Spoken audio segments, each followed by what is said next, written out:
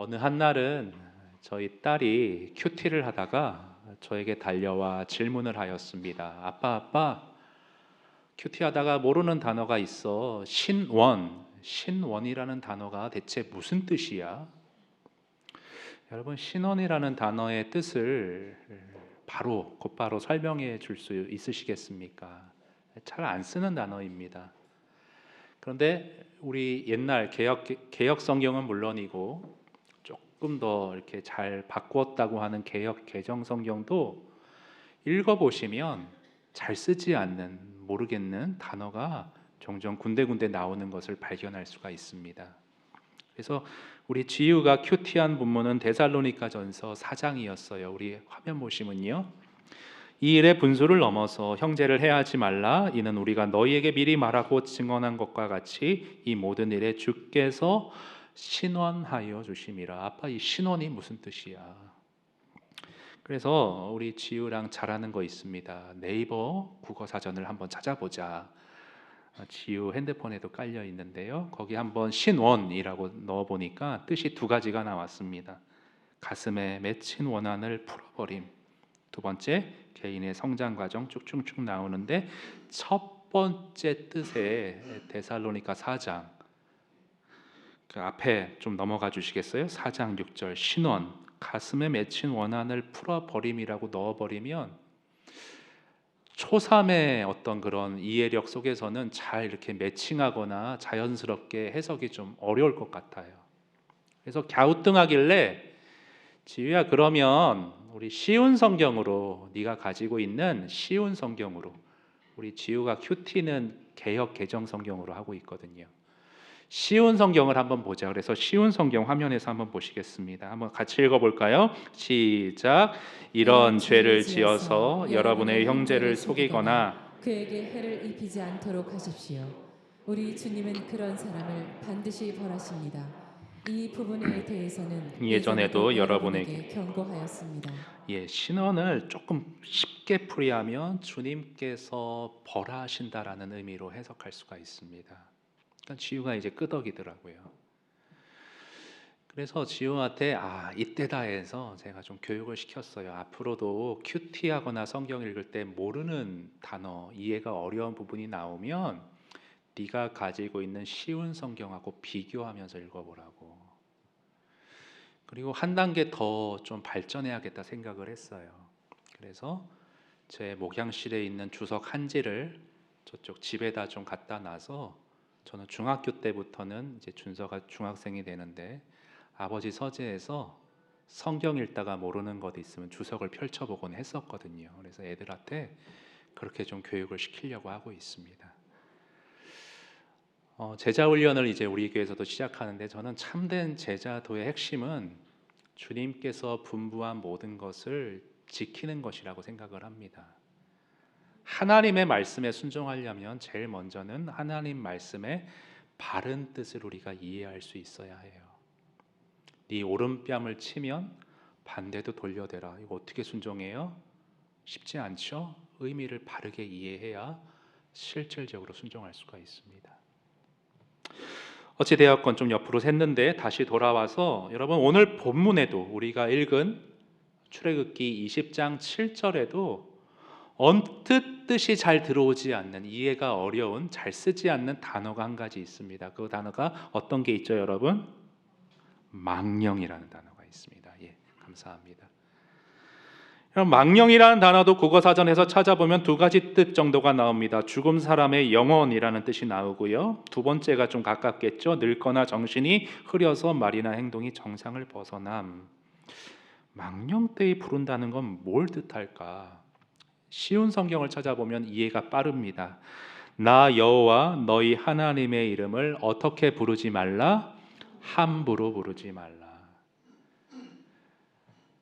제가 주로 인용하는 새번역이나 현대인의 성경도 똑같이 번역하고 있어요. 함부로 부르지 말라.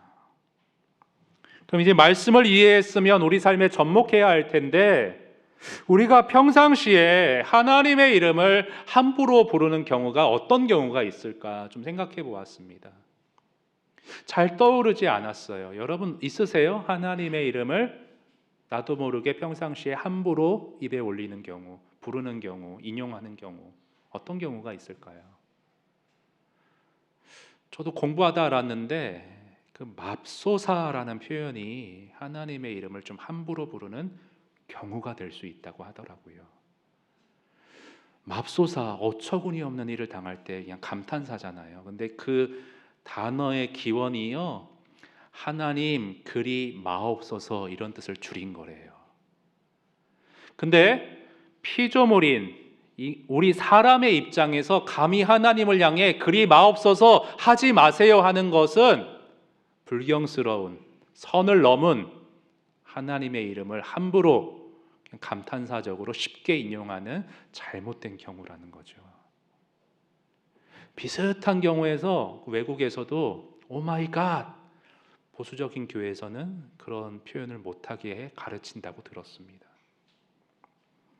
그래서 여러분, 오늘 3계명은 이와 같이 하나님의 이름을 인용하거나 부르는 것에 관하여 신중하고 조심성을 가지라는 그러한 의미의 계명입니다. 그런데 이렇게 하고 설교 끝내면 참 좋겠는데요. 3계명의 의미가 그런 어떤 얕은, 단지 말 정도 조심하라는 그런 소극적인 의미는 아니겠죠. 하나님은 이 계명을 통해 저와 여러분에게 조금 더 깊은 적용의 의미를 요구하고 계십니다. 그것은 뭐냐 하면 토마스 왓슨이라는 청교도 목사님이 이 3계명을 좀 더 적극적인 의미에서 잘 풀어주신 구절이 있어 좀 가져와 봤는데 잠깐 보십니다. 하나님의 이름을 공언하면서도 그것과 일치하게 살지 않으면 우리는 그것을 망령되이 일컫는 것이다. 디도서 1장 6절 말씀에 보면 저희가 하나님을 입으로는 시인하나 실제 행위로는 부인한다라는 구절이 있다. 이처럼 사람들이 말과 생활이 서로 모순될 때에, 고백에 가면을 쓰고 거짓말하고 속이고 그리고 불결할 때에 그들은 하나님의 이름을 오용하며 망령되이 일컫고 있는 것이다. 하나님의 백성이라고 공언하던 유대인들의 파렴치한 짓을 이방인들이 보았을 때 이것이 그들로 하여금 하나님을 악평하게, 망령되이 일컫게 만들었다라고 지적을 하십니다. 여러분, 우리 주변에서도 이런 일 흔하지 않습니까? 들어보셨는지 모르겠어요. 왜 그런 말을 너무 이렇게 반복해서 자주 듣는지 모르겠는데, 사업을 할 때 어떤 사람하고 이렇게 계약을 했는데 사기를 당했대요. 근데 그 사람이, 사기친 사람이 교회 장로였더라. 그리고 SNS에 글을 올렸는데 너무 감정적이고 격이 떨어지는 표현을 쓴 거예요. 민망하게. 근데 그 글 쓴 사람이 목사였더라. 그래서 여러분, 세상 사람들이 이런 식의 잘못, 함부로 하는 말과 행동으로 인하여서 기독교를 차마 입에 올리기도 민망한 개독교라는 표현을 쓰고 있습니다. 이 지경까지 떨어짐에 있어서 아까 토마스 왓슨 목사님이 특별히 지적한 것은 무엇이 있었습니까? 서슴없이 거짓말하고 남을 속인다는 거예요. 정직하지 못한 그러한 행동으로 우리가 세상 사람들로 하여금 하나님의 이름이 망령되이 불려지도록 만들고 있다는 지적인 것이죠. 그래서 여러분, 오늘 저는 나중에 뒤에 가면 9계명에 거짓 증거하지 말라는 계명이 나오긴 나옵니다. 그러나 거짓 증거하지 말라, 좀 다른 차원에서 그것은 살펴보고, 오늘은 하나님의 명예를 떨어뜨리는 우리의 거짓과 정직 문제를 여러분과 함께 좀 생각해 보고자 합니다. 제가 여러분에게 여쭙겠습니다. 여러분께서는 하나님의 사람으로 오늘을 세상 가운데 정직하게 살아가고 계십니까? 혹시 내 삶의 실제 행동 가운데 거짓이나 부정직함이 나도 모르게 스며들어 있는 그러한 경우는 없으십니까? 정직하게 산다는 거 참 맞는데요. 현실이 만만치 않은 게 사실입니다. 여러분 흔히 그런 말 하죠. 법대로 살면 손해 본다. 정직하면 손해 본다는 말입니다. 얼마 전에 신방한 집사님이 계신데요. 병원을 경영하고 계세요. 참 감사하게도 많은 사람들이 찾아주셔서 매출이 높으십니다. 그런데 하는 말이 세금이 어마어마하게 폭증하여 붙고 있대요. 제가 이 세금 문제와 관련해서 전에 읽은 글이 있는데 이랜드 그룹의 박성수 회장님, 물론 이분이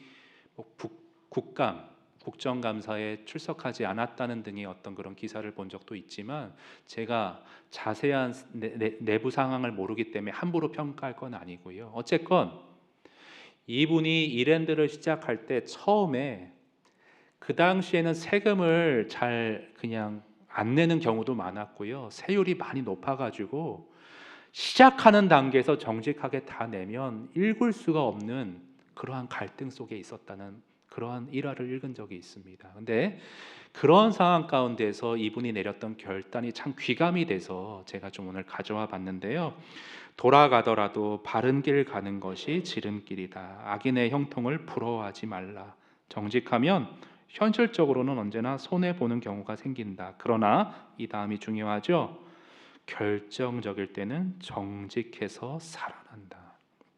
코너에 몰릴수록 하나님의 명예를 생각하고 그분만을 붙들라. 앞문이 막히고 옆문이 막히고 뒷문이 막힐 때 하나님은 하늘의 문을 여신다.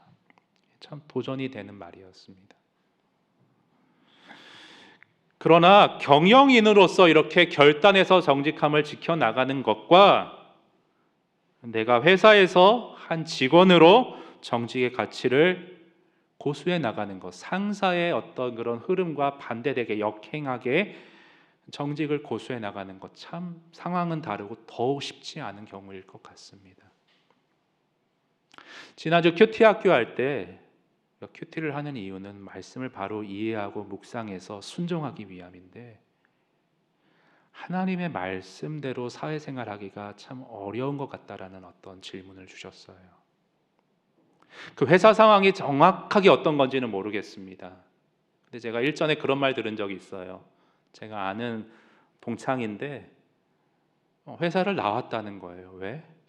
상사가 장부를 조작하라고 시키는데 도저히 양심에 꺼려서 그렇게 못하겠다는 거죠. 아직 결혼도 안 했겠다. 그냥 다 내려놓고 나왔다는 말을 들은 적이 있습니다. 쉽지 않습니다.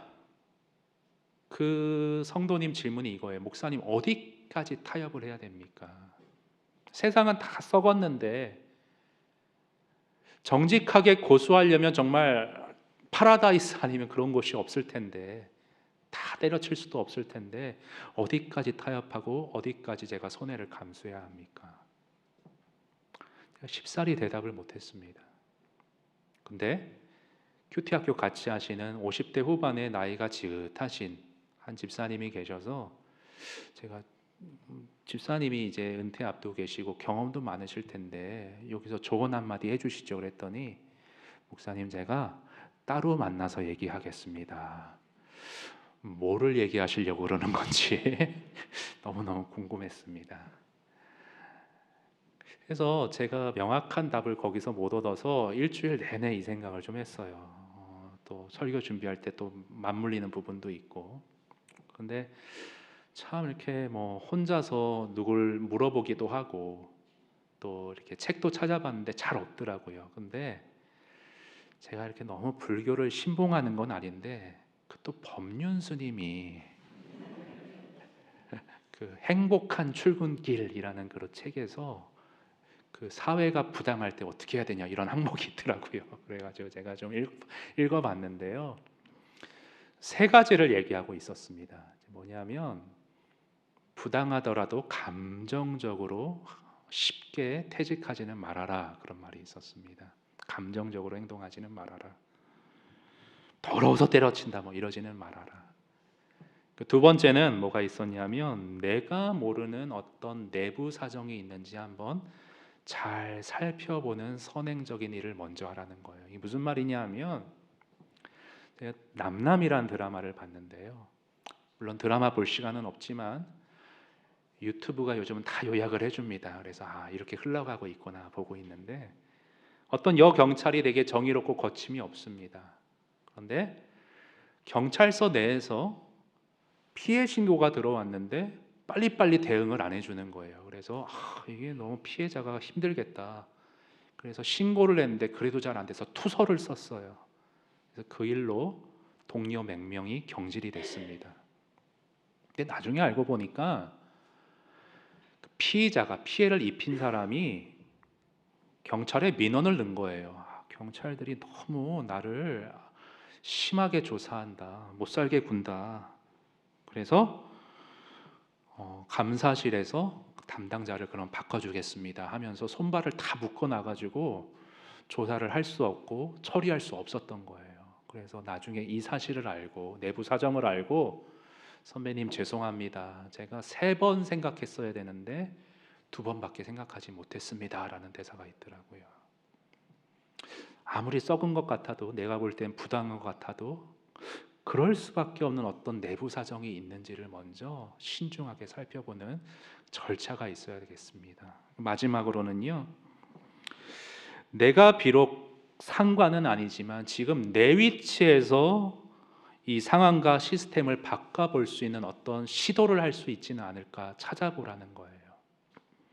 존 맥스웰이라는 사람은 360도 리더십이라는 책을 썼습니다. 꼭 직급이 높아야만 영향력을 미치는 것이 아니라 아래 위치에 있을 때도 역으로 360도로 선한 영향력을 미칠 수 있다는 거예요. 그리고 이렇게 저렇게 해봐도 다 안 되면 스스로 결정해서 여러 가지 선택지가 있습니다. 정말 회사를 나오든지 아니면 내가 그 위치에 갔을 때 조금 더 선하게 바꿔보겠다라고 기다리든지 여러 선택지를 고르라고 그런 말들을 하는 것을 이렇게 읽었습니다. 근데 제가 아는 집사님 가운데는 참 드라마틱한 경우가 있었어요. 그 은행에서 근무를 하시는데 부지점장이셨습니다.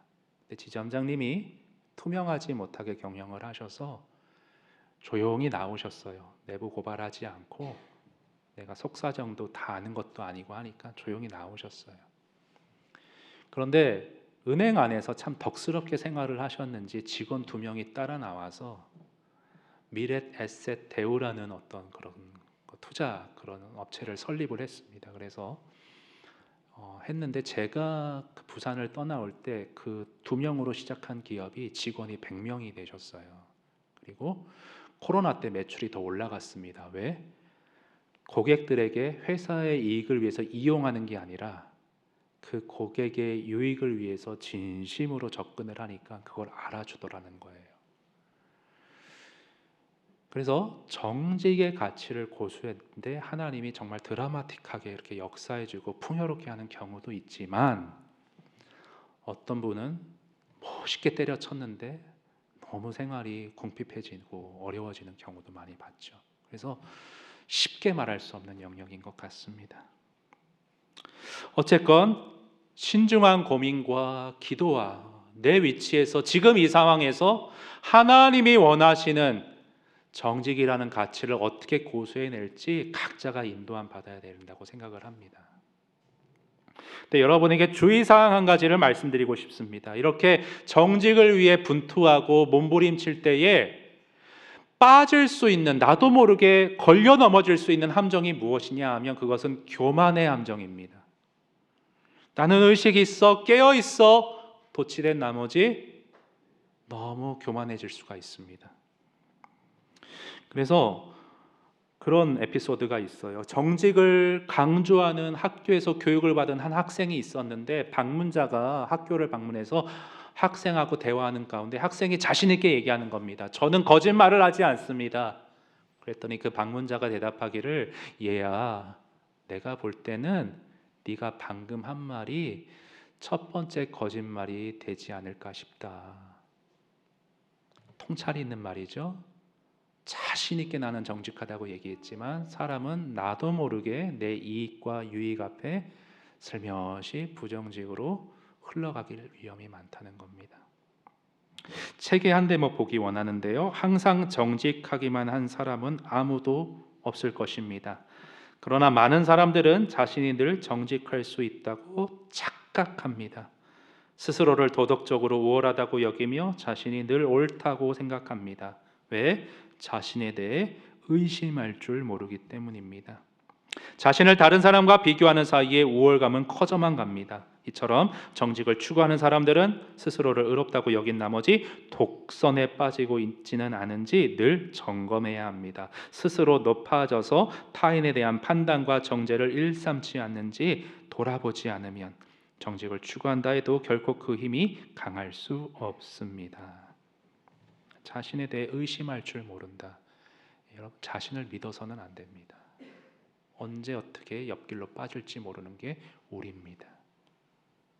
그래서 예수님도 일찍이 이 점을 간파하시고 바리새인들의 위선과 교만, 높아짐을 경고하시면서 이런 비유를 드셨는데요.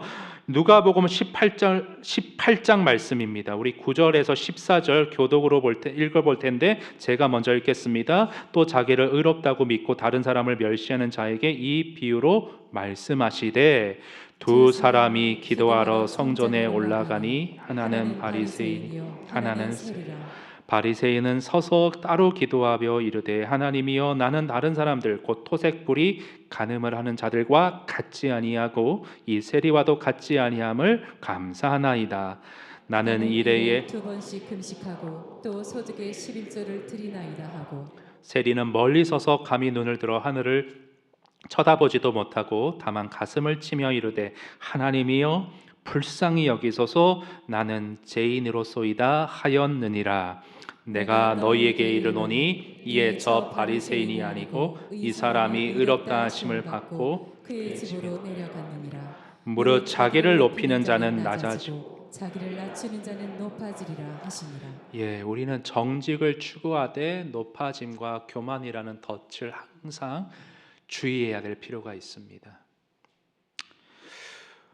여러 가지가 있을 것입니다. 하나님의 이름을 망령되게 불려지지 않도록, 하나님의 명예가 떨어지지 않도록 나는 오늘을 무엇을 분투하며 몸부림쳐야 하는가, 무엇을 지켜가야 하는가. 정직이라는 가치 외에도 여러 가지가 있을 것입니다. 여러분, 험담에 대해서 어떻게 생각하십니까? 우리는 자격도 없고 조건도 안 되는 사람들인데 하나님의 끊임없는 넓고 넓은 용서의 은혜를 받은 사람들입니다. 넘어지고 실수해도 하나님의 사랑의 손길 가운데 일으킴을 받고 있는 사람들입니다. 그런데 그런 우리가 다른 사람의 잘못은 용납하지 못하고 지적하고 정죄하고 다른 이에게 떠벌리기를 좋아하는 습성을 가지고 있습니다.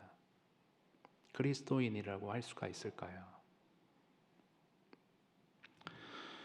저는요, 그리스도인인데 험담하는 분들 이렇게 만나보면, 뒷담화하는 분들 이렇게 만나보면 그런 마음이 들어요. 아, 이분이 혹시 나랑 또 마음이 틀어지면 또 어디 가서 나에 대해 이런 식으로 말하지는 않을까? 그런 마음이 들어요. 그 프란치스코 교황이 쓴 책 가운데 아주 재미있는 책을 제가 발견했습니다. 제목이 이렇습니다. 아직도 뒷담화 하시나요? 이런 책이 있어요. 제가 좀 한번 볼 텐데요. 뒷담화만 하지 않아도 성인이 된대요.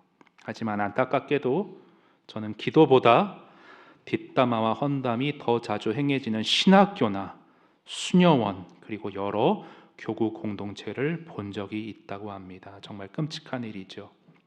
어느 수녀님은 주님께 절대로 다른 이의 나쁜 점을 말하지 않겠노라고 서원했습니다. 물론 누군가가 그래도 신부님 어떤 사람에게 지적할 문제가 있을 수 있잖아요 라고 말할 수 있죠.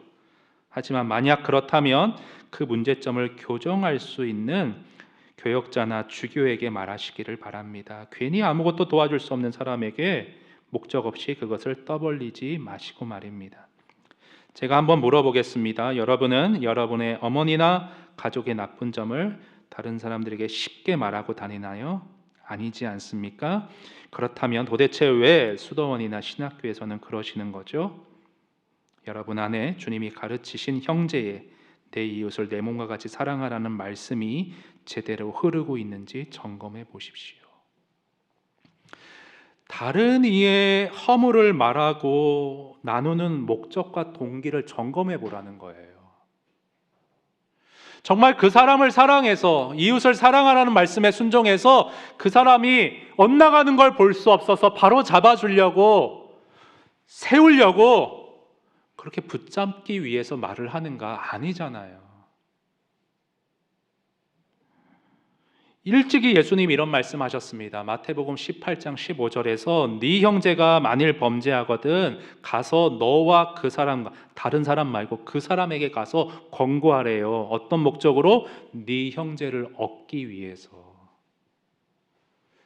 나도 모르게 헌담할 때 그냥 내 감정 때문에, 정욕 때문에 그렇게 얘기를 퍼나르는지, 아니면 정말 그 형제를 사랑하고 위한 것인지를 점검해 볼 필요가 있습니다.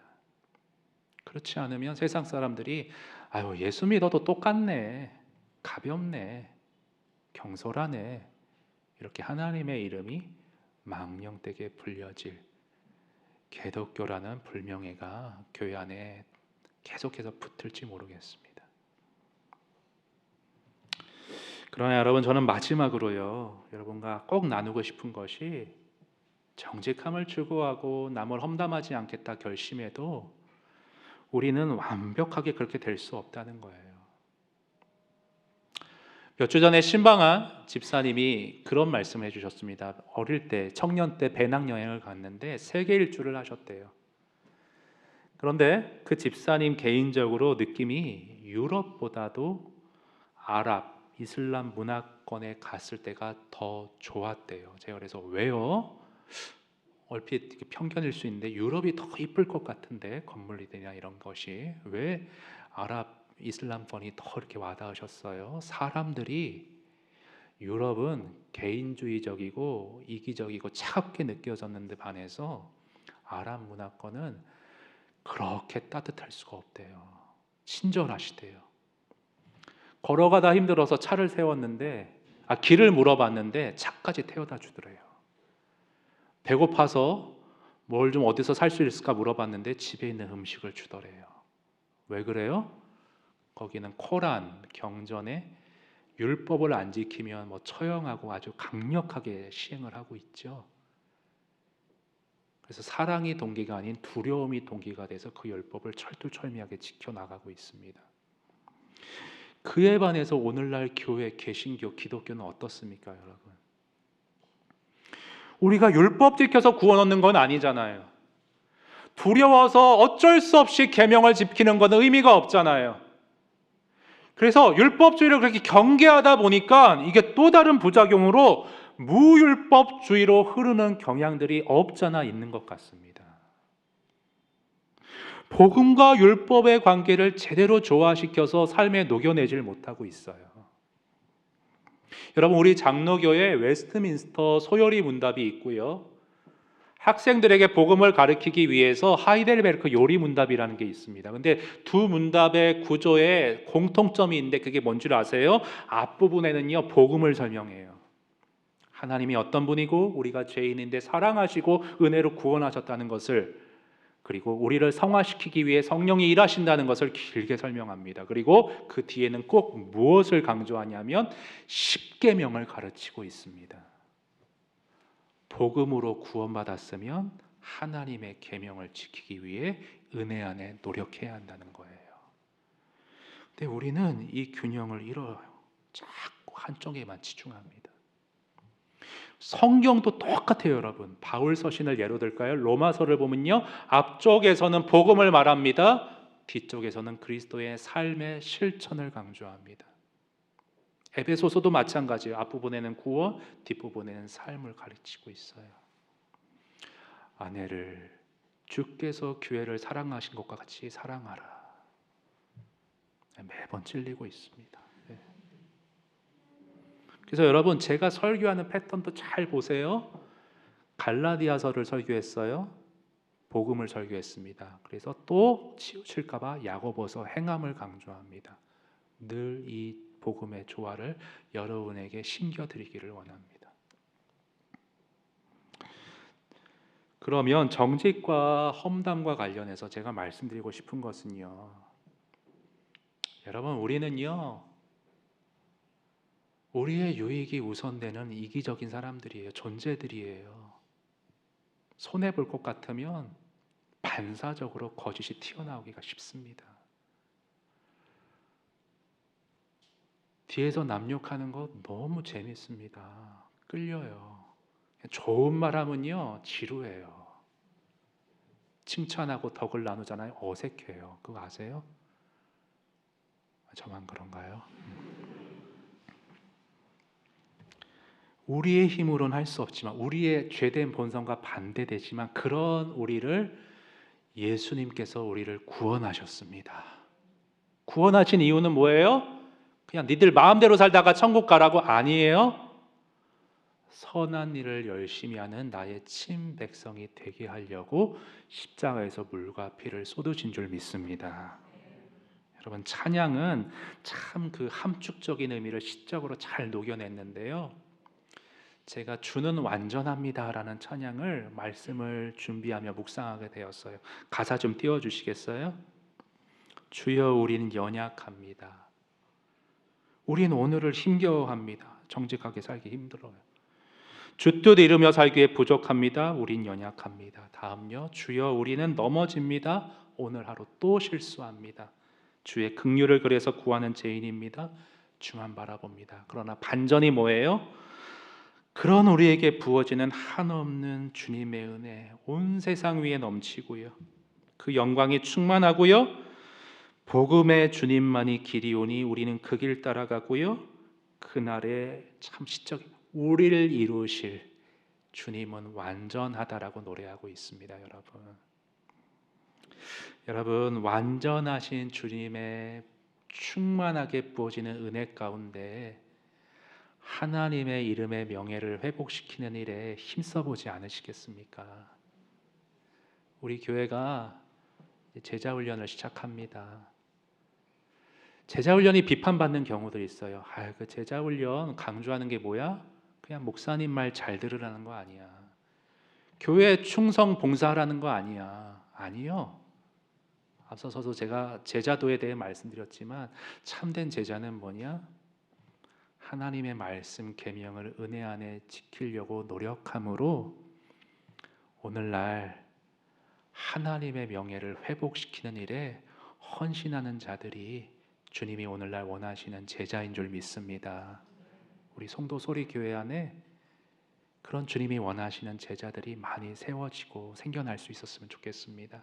그래서 우리 교회가 그냥 의미 없이 사람이 모이고 부흥하는 교회가 아니라 이 시대에 하나님이 원하시는 사명을, 하나님의 이름이 망령되이 불려지는 안타까운 현실에 하나님의 이름의 명예를 회복하는 귀한 교회 되기를 소원합니다. 우리 함께 찬양하시겠습니다. 주여 우린 연약합니다. 우린 오늘을 힘겨워합니다.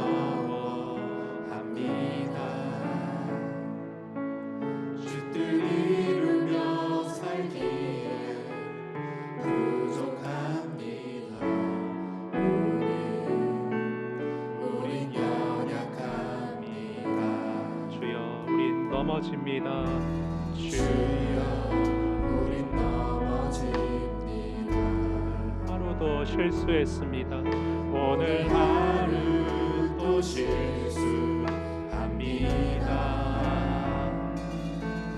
주의 긍휼을 구하는 죄인입니다. 우리 주만 바라봅니다. 그러나 우리에게 부어지는 한없는 주님의 은혜, 온 세상 위에 넘칩니다. 가릴 수 없는 주여, 온 땅 위에 충만합니다.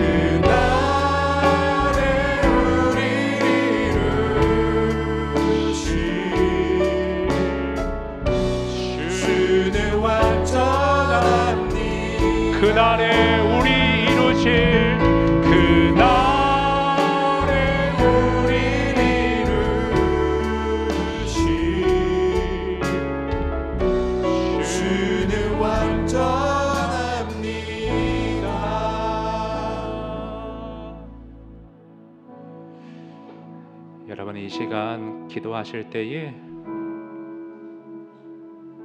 여러분 주변 사람들이 볼 때 내가 혹시 나도 모르게 하나님의 이름을, 하나님의 명예를 떨어뜨리고 있는 그런 말과 행동은 없었는지 이 시간 돌아보기 원합니다. 여러분 제가요 참 들었던 말 중에 너무 가슴 아팠던 것이, 어떤 학생이 말하기를 전해 들었습니다. 엄마 아빠를 보니 내가 신앙생활 하기 싫다고 그런 말을 했다고 합니다. 여러분 혹시 내 주변 사람들이 나를 보고 하나님 믿기 싫다고 말하는 경우는 없었습니까? 아니, 하나님이 안 믿어진다고, 있더라도 싫다고, 교회는 안 가겠다고, 그러한 내 삶의 실수와 넘어짐과 흔적들이 있었다면 이 시간 회개로 주님 앞에 나아가기 원합니다. 생각나지 않는다면 성령님께 보여달라고 기도할 수 있기를 원합니다. 완전한 사람은 없지 않습니까? 하나님이 세밀하게 내 마음 살펴주셔서 내가 죄인 중에 괴수임을 볼 수 있게 하시고, 그러나 한없는 그럼에도 불구하고 넘치는 하나님의 은혜를 부여잡게 하시어서 그 은혜 가운데 하나님의 명예를 회복시키며 이 시대에 하나님의 이름을 다시금 높이는 그러한 삶으로 주님께 내 삶 드릴 수 있기를 원합니다. 주님 저를 붙잡아 주시고 도와주시옵소서. 주님 앞에 은혜를 구하며 이 시간 함께 기도하겠습니다. 기도 올립니다. 하나님 아버지, 삶을 되돌아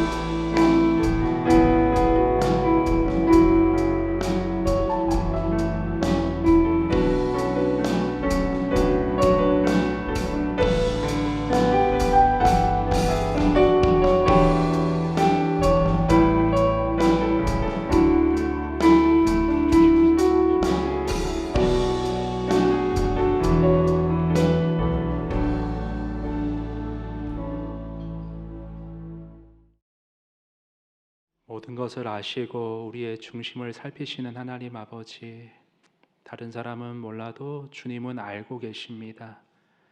내가 얼마나 연약하고 오늘 하루를 또 실수하는지 주님은 알고 계십니다. 목사임에도 아내를 그리스도께서 교회를 사랑한 것 같이 사랑하라는 말씀에 자녀들에게 어떻게 비치고 있는지 부끄러운 경우들이 있습니다.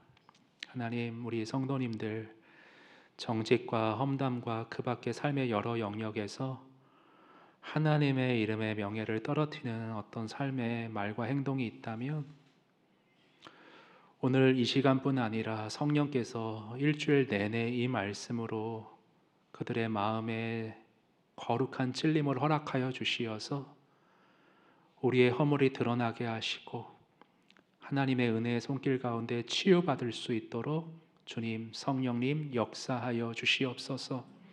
하나님 아버지, 송도 소리교회가 제자훈련을 시작하려고 합니다.